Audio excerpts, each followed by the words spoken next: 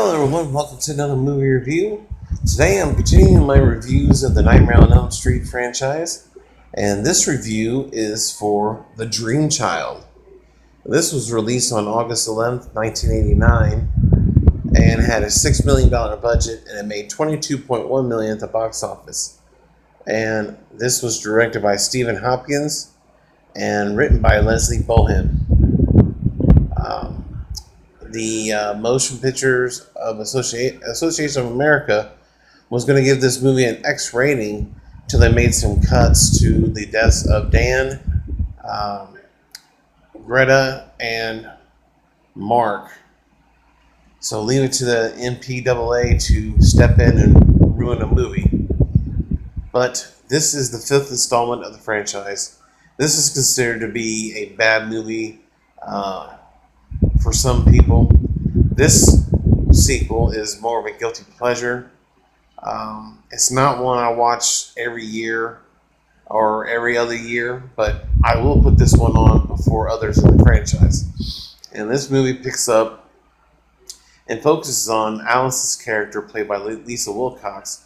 She is a survivor of the fourth movie who believes Freddy Krueger, Robert Englund, if you don't know him already, she thinks he's been eliminated for good, so she optimistically hopes to start a new life with fellow survivor Danny Hassel, or Dan as his character in the movie.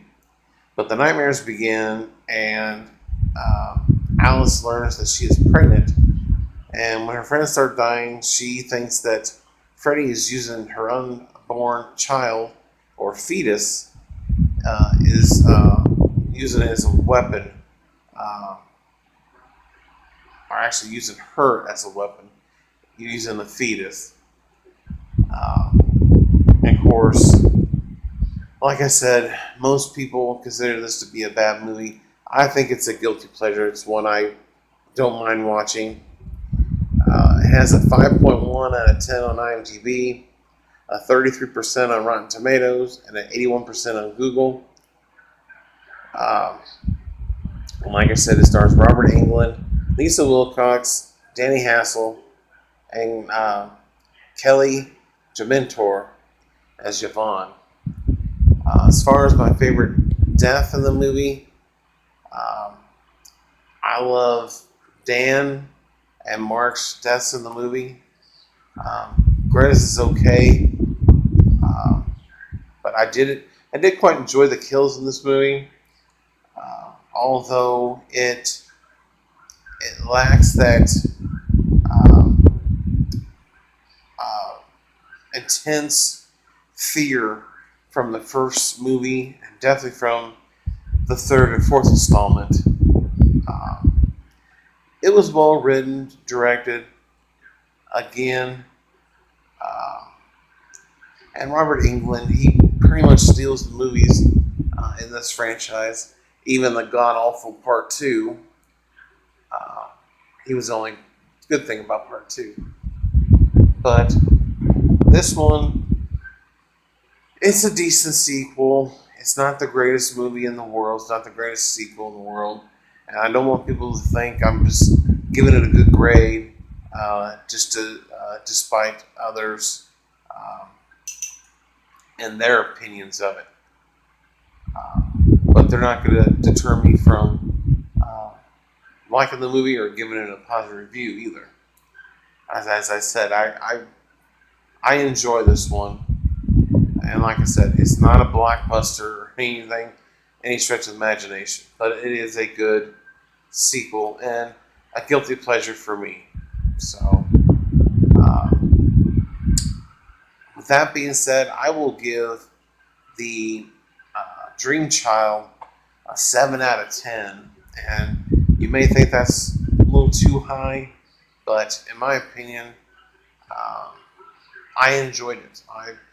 The kills were great. This movie would have been even better had the MPAA not stepped in and just mess with it. If they would just leave the horror movies alone, they'd be a lot better. But in the comment section below, please tell me if you've seen this sequel. Let me know what your thoughts and opinions are. Like I said, most people hate this movie, especially the fanboys or fangirls of this franchise. Like I said, I'm not the biggest Nightmare on Elm Street fan. I only like a handful of the movies. Basically, pretty much three um, are great, and this one is good. Uh, but after that, it goes downhill until we get Freddy versus Jason. Uh, so if you're new to the channel, hit that like button, hit the subscribe button, and let's talk movies. And please remember to share the video with your family and friends. And I will be doing some reviews of the TV shows that I watched later on this year before they all start up for the fall and winter seasons. So look forward to those reviews and look for more top 10s and more content like this. But other than that, I thank you guys for watching, and I'll see you next time at my next movie review. Check you later.